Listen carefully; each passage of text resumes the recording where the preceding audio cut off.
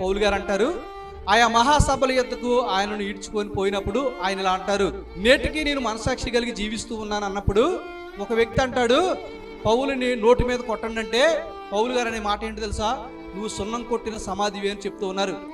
ఆయన ఈ మాటలు చెప్పినప్పుడు మనం గుర్తుపెట్టుకోవాలి, మనలో ఉన్న మనసాక్షి ఖచ్చితంగా చెప్పుద్ది ఇది మంచి, ఇది చెడు, ఇది న్యాయము, ఇది అన్యాయం అని.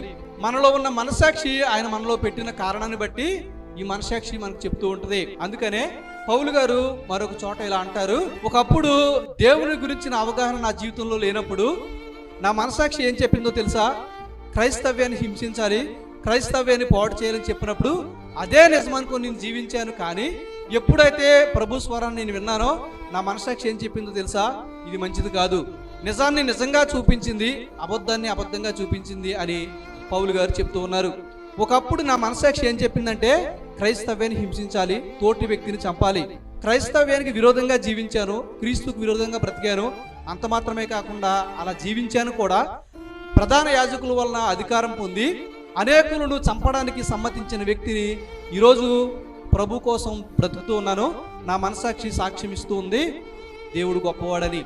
ప్రభు నమ్ముకున్న తర్వాత నా మనసాక్షి చెప్తుంది ఇది మంచి, ఇది చెడు అని ఆయన చెప్తూ ఉన్నారు.